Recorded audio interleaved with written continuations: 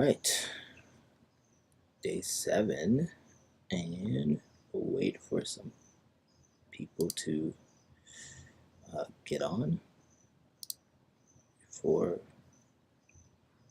kind of start going over what I want to talk about today.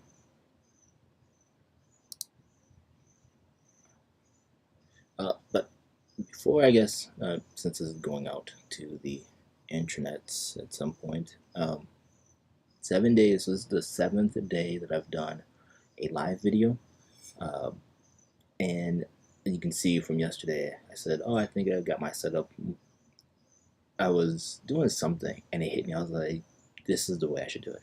And so I came down last night and started messing around with my setup once again. But this will be the final result. This is, I think, the best that I can do right now. Um, I there's a couple little things I need to change up, but other than that, I like this setup. So I have the AE6100 in front of me as always, and that is, I'm using my Samyang 24mm lens, which is a full frame lens on here, so it makes it like a 35mm lens, almost 36, and that's f2.8, but I'm using it at f3.2 right now, which is like a stop and a half darker than what it should be, but at ISO 200 I'm perfectly lit, which is really nice. And then I just have the black background, and I do have a light though that is shining behind me. I don't know if you can see it. Yeah, so you can see it's coming up and it's giving me separation from the background, so that's pretty cool.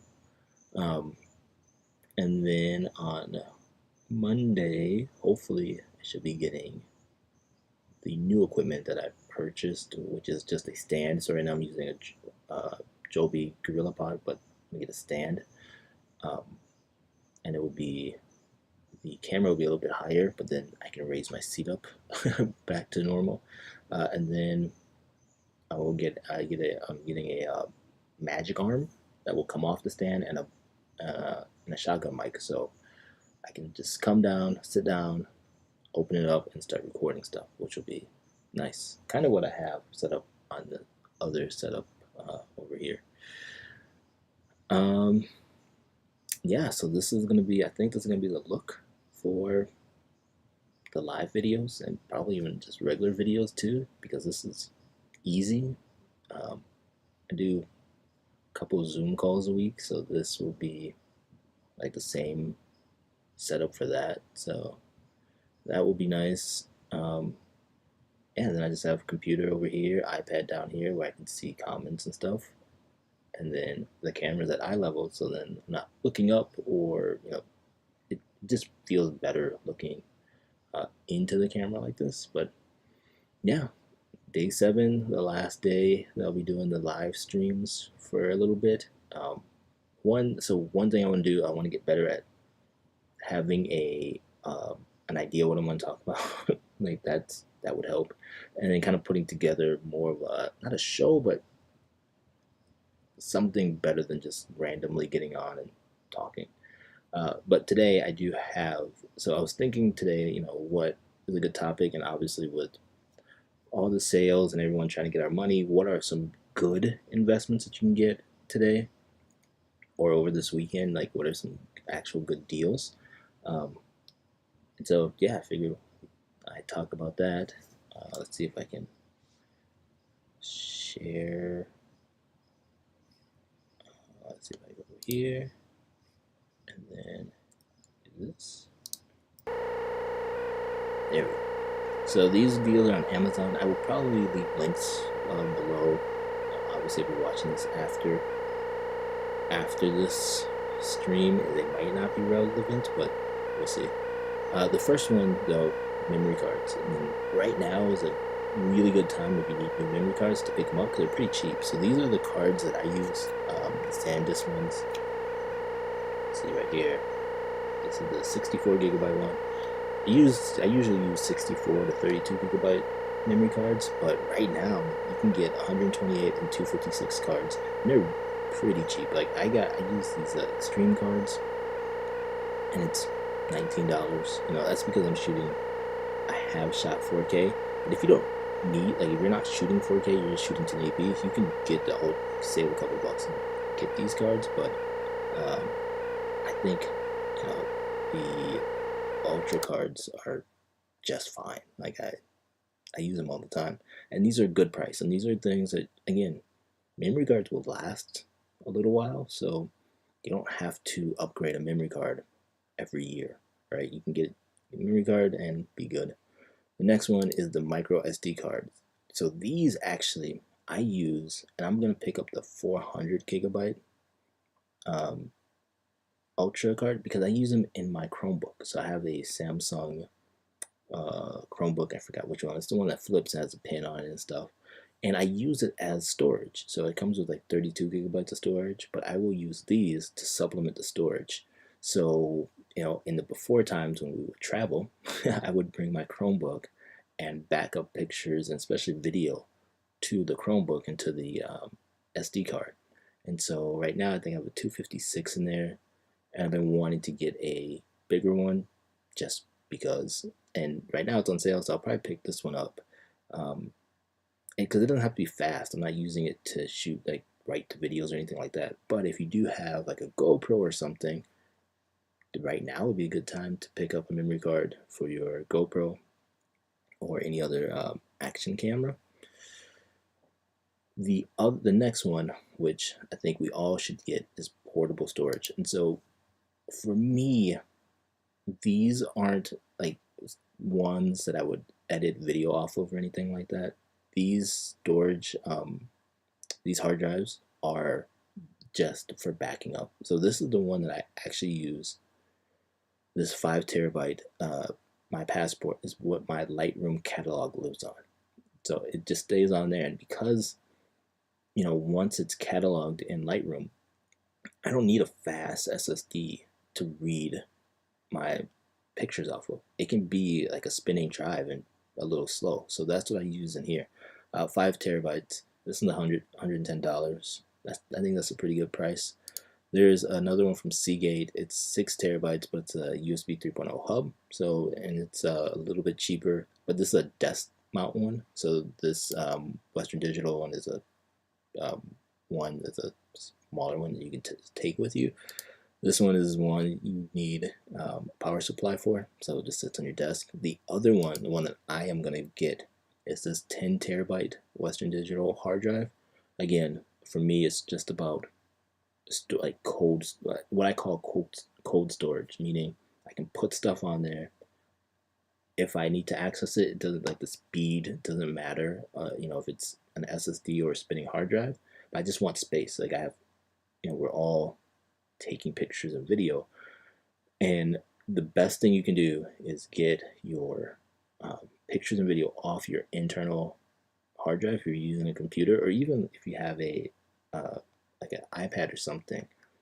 Getting that off of your devices is great, you know, especially having a backup. Obviously, I'd have like Backblaze that I use, Google Photos that I mentioned in a previous video, Dropbox, iCloud. Like, I have a lot of online storage, but I also have a lot of like local storage. And before, um, you know, COVID and stuff, the office I would go to, I actually had another external hard drive that I would bring back every now and again, back stuff up, and then take it back to the office.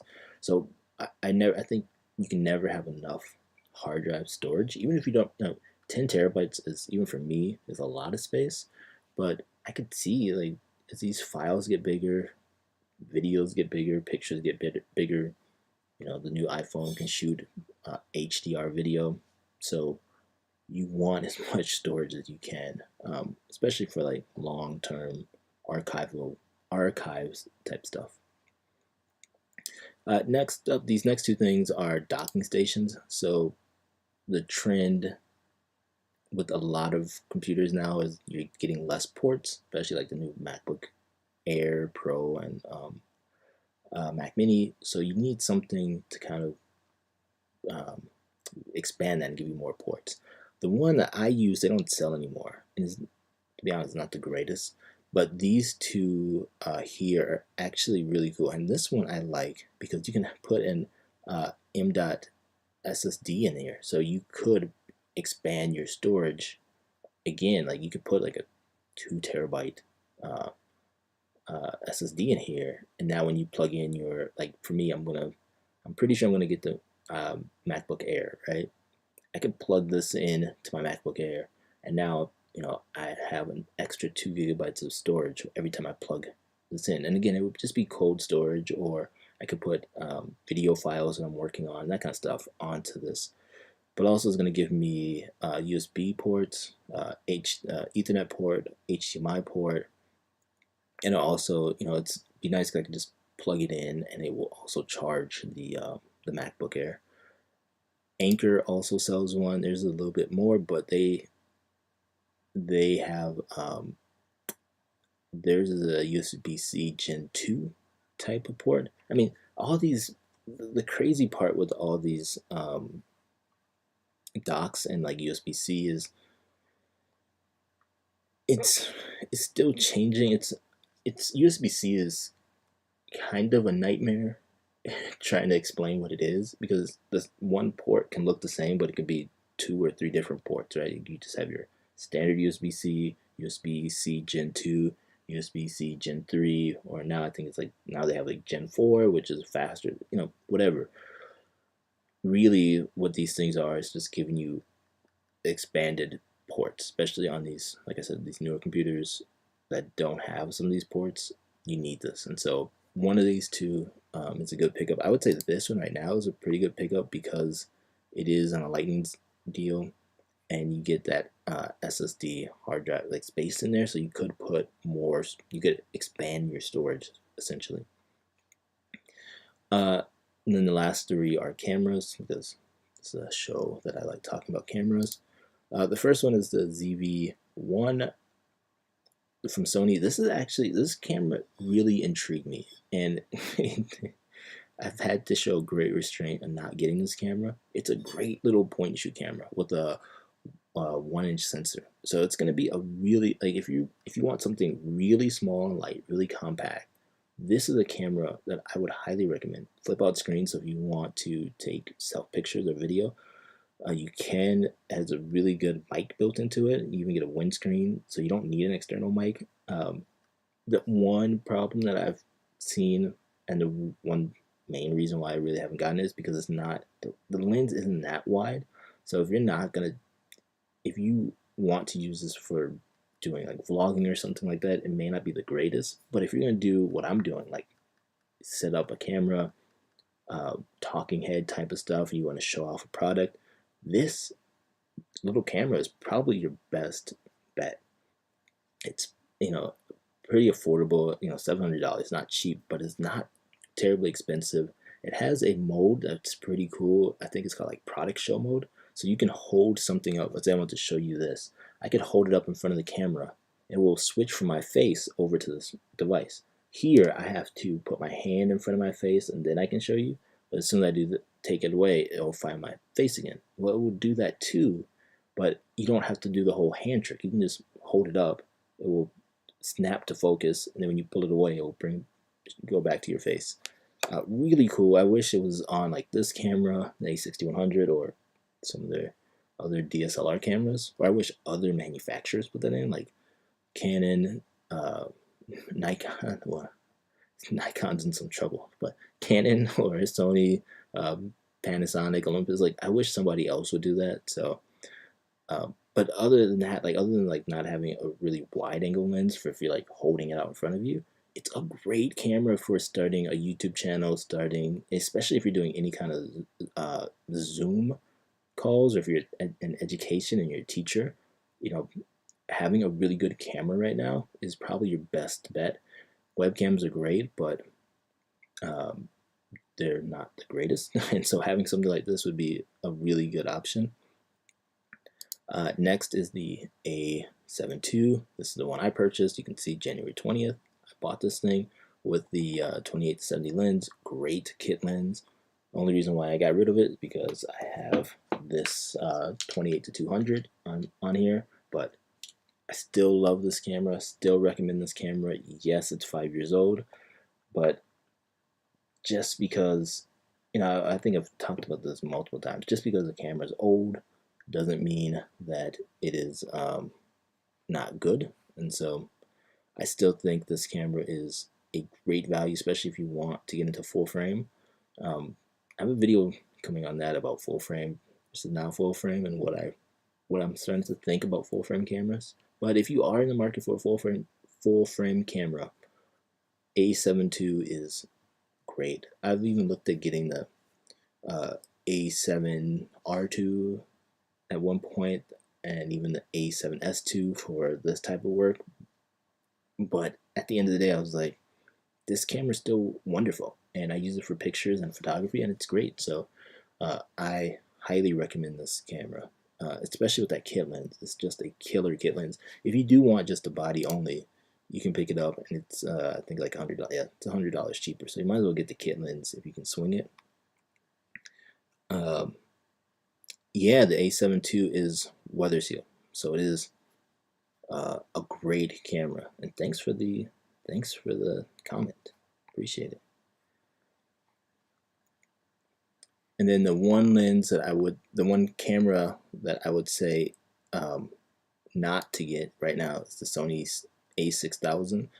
Sony just discontinued this camera, and it's cheap for a reason. Like, you're getting the two lenses, and it looks like a good bundle, but this camera's been out for a while, and the A6100 is so much better, and it's not that much more expensive. I think it's maybe $100 more. So I mean, I would get the A6100 over this. The face tracking is second to none. I mean, it's just amazing, and it's not just my face, but it's like animal eye detection. You can say which eye that you want to um, that you want to track. It's really good, and so if you are, I think the Sony ZV-1 is great for people who don't want interchangeable lenses.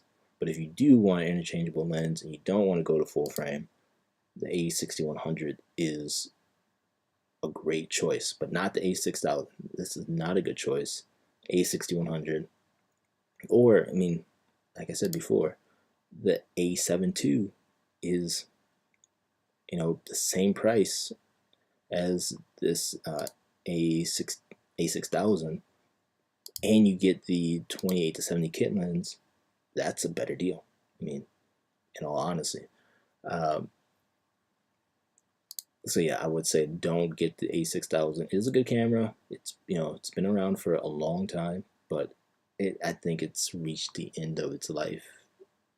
Obviously if you have one, keep it, but I wouldn't buy a new one. I'd probably get I would suggest the A6100 or the A7 II. The A7 II, again, I love this camera. It's great. Um, I got nothing more to say about that camera. So yeah, that's all I have for today. Nothing too crazy. Thank you for everyone who's watched these videos. It's been, actually, let me come back. There we go. It's been an interesting learning curve doing live video. It's pretty, I'm not gonna lie, it's pretty stressful getting ready for a live video. But I think going forward, having a plan, having content that I want to talk about, and I'm trying to make a better production, not just for people watching it, but also for myself. Like, I want to get better at this, and I have a lot of clients who want to do live video, and so if I can do it really well, then I can show them how to do it, and yeah, it will just be a better experience. But I will be having a new video coming out Tuesday, talking about the A7 II and if it's worth it still in at the end of 2020, which it totally is. But yeah, that's coming up. Like I said before, some new gear, but nothing like crazy. Just a stand and a new microphone is coming. But yeah, other than that, Thank you for watching. Thank you, Nat. I would love to say your last name, but I will butcher it. I understand because I have a name like Kwame, and I've heard my name said so many ways, like Kwame, Kwambi. So I'm not. I try not to mess up people's names because I know how it feels. But thank you for watching. Really appreciate the support from everybody. And yeah, I will see you in the next one. I will be doing. I will say I will be doing a live video in December. I just don't know when yet, but I will. I'm making myself do that to keep up the skills. All right. I will see you guys in the next video. Talk to you later. Thank you again for watching. Thank you for all the support. Thank you, Nat, for the question. I really appreciate all of this. It's pretty humbling. Thank you again. I will see you next one. Talk to you later. Bye bye.